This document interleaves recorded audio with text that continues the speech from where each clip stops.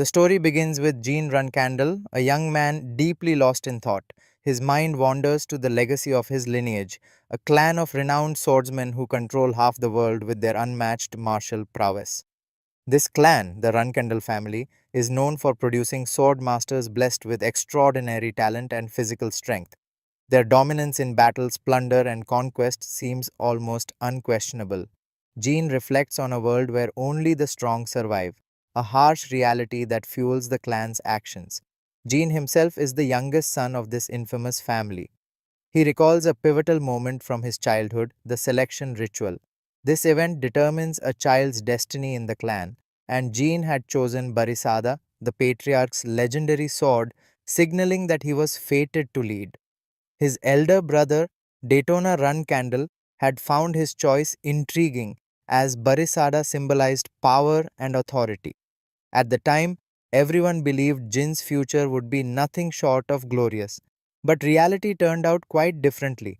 Despite the overwhelming expectations, Jin lacked even a shred of talent for swordsmanship, the very essence of the Runandal identity.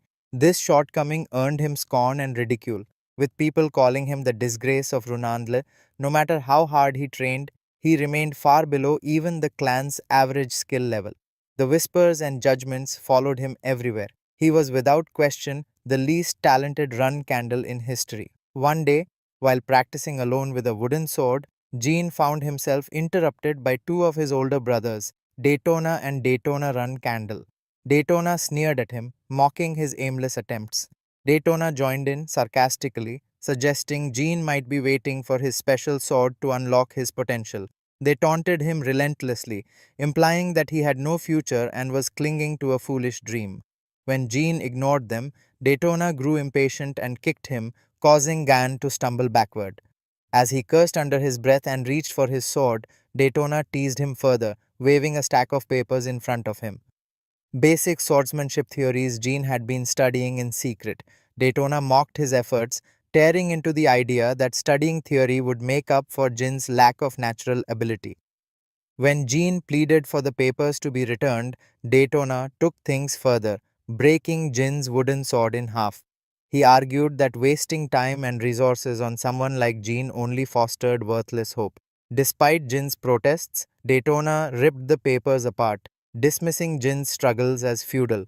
He grabbed Jean by the hair, taunting him about his supposed lack of respect and questioning if this was the kind of behavior his nanny Gilly had taught him.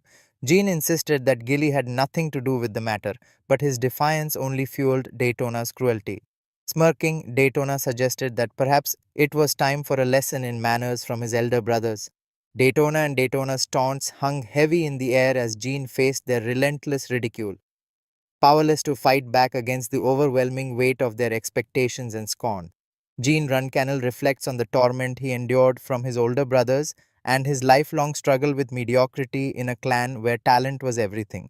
Despite their cruelty and his own lack of swordsmanship skill, he clung to a belief. If he worked hard enough, he could earn their respect and become a valued member of the Runcandle clan. For years, Jean convinced himself that perseverance alone could overcome his shortcomings, but that belief was shattered when he was formally expelled from the clan.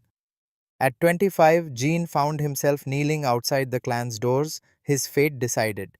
His hard work was deemed commendable enough to spare his life, but he was cast out, left to wander the world without purpose or direction. This turning point, though painful, led to a life changing discovery. During his aimless journey, Jean met a master who revealed a secret. He did have talent after all, though it was forbidden in the Run Candle clan. Jean had a natural aptitude for magic, a skill that clashed with his family's rigid focus on swordsmanship. Fast forward 3 years, Jean now stands in a room explaining his refined understanding of magic. By harmonizing the natural flow of mana with his own, he can recover his strength and amplify the potency of his next spell. As he demonstrates this newfound mastery, an unexpected surge of black magic fills the room. Startled, Jean demands to know the source. A voice responds, introducing itself as Soldereth, the master of shadows.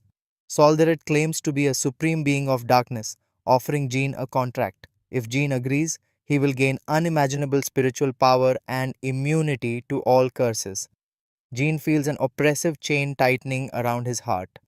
As Solderit continues, the entity reveals that Jean has been under a curse since childhood, a curse known as bladed illusion.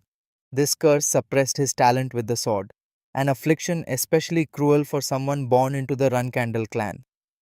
Realizing the implications, Jean finally understands why he was drawn to Solderit and magic in the first place.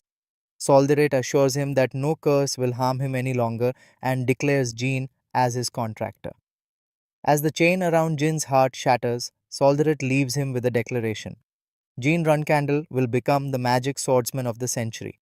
With that, the black aura dissipates and Jean is left standing alone in the room. Gripping his sword, Jean steps outside and lifts the blade toward the sky. For the first time, he feels its weightlessness, as if it's an extension of his own arm. He smiles, realizing the least talented boy in Runsendle history is gone forever. Now armed with the combined power of swordsmanship and magic, he envisions a new path, one where his hard work finally bears fruit. Jean resolves to forge a name for himself outside the shadow of his family. But fate tests him once again. Severely injured and trapped beneath heavy rubble, Jean lies helpless. His body feels impossibly heavy and his strength wanes. Hearing faint screams in the distance, he calls out, desperate for someone, anyone, to answer. He wonders if his master Soldere might intervene, but the silence that follows is deafening. As despair sets in, Jean looks at his surroundings and questions his fate. Was this truly his destiny? To die here alone and powerless despite all he had achieved, he laments the lack of time to use his newfound abilities, the endless possibilities lost to cruel circumstance. Jin's thoughts linger on everything he could have done if given just one more chance. The flicker of determination in his heart refuses to fade even as darkness threatens to claim him. Jean Run Candle broken and desperate pleads for another opportunity, a chance to prove himself and rewrite his destiny.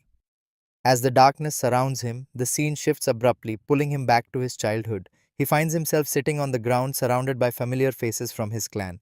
Confused, he looks around and realizes with a mix of shock and certainty he's dead. Or at least he was. Before he can process what's happening, Gilly appears, wishing him good luck. Her presence puzzles him, but then his eyes fall on the sword in front of him. Barisada, the patriarch's legendary blade. It's the same sword he chose during the selection ritual all those years ago. Astonished, Jean realizes he's been transported back to the day of that fateful event. Now reliving it as a 1-year-old child, reflecting on his previous life, he remembers choosing the sword by pure chance. This time, however, Jean resolves to take control of his fate. As he grabs Barisada, a man nearby marvels at the sight, declaring that the youngest of the Runel family has selected the patriarch's sword. A grey-haired elder is equally shocked, announcing that the selection ritual is complete and ordering Jean to be moved to Storm Castle, a place reserved for the clan's future leaders. The story then jumps 6 years ahead. Jean, now a child at Storm Castle, struggles to reach a book on a high shelf